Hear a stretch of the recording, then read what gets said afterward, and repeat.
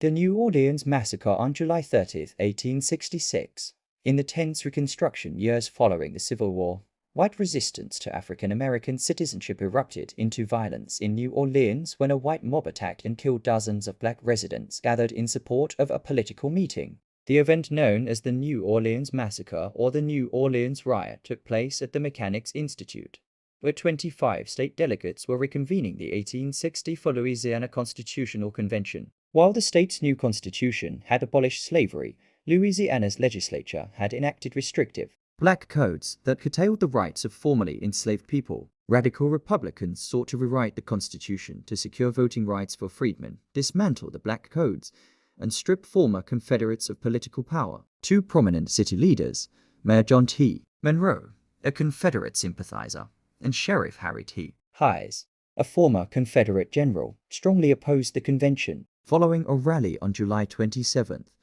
Hayes assembled a force of white officers, largely ex-Confederates, determined to disrupt the meeting scheduled for July 30th. That day, as delegates entered the Mechanics' Institute, a crowd of protesters formed outside. Meanwhile, around 200 unarmed black supporters, many of them Union veterans, marched toward the building in parade formation. They were harassed by onlookers and scattered fights broke out. When Hayes and his men arrived, the confrontation turned deadly. Police and their allies opened fire on the marchers.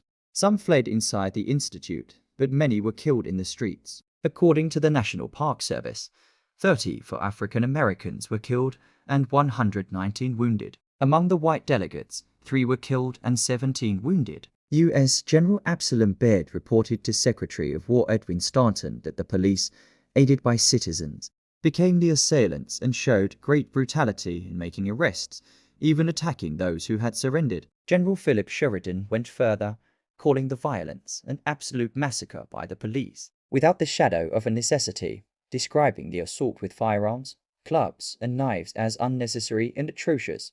The massacre following a similar bloodbath in Memphis just months earlier helped shift national Reconstruction policy. In the 1866 midterm elections, radical Republicans gained control of Congress, paving the way for the passage of the 14th and 15th Amendments, which granted citizenship to all people born or naturalized in the United States and gave African American men the right to vote.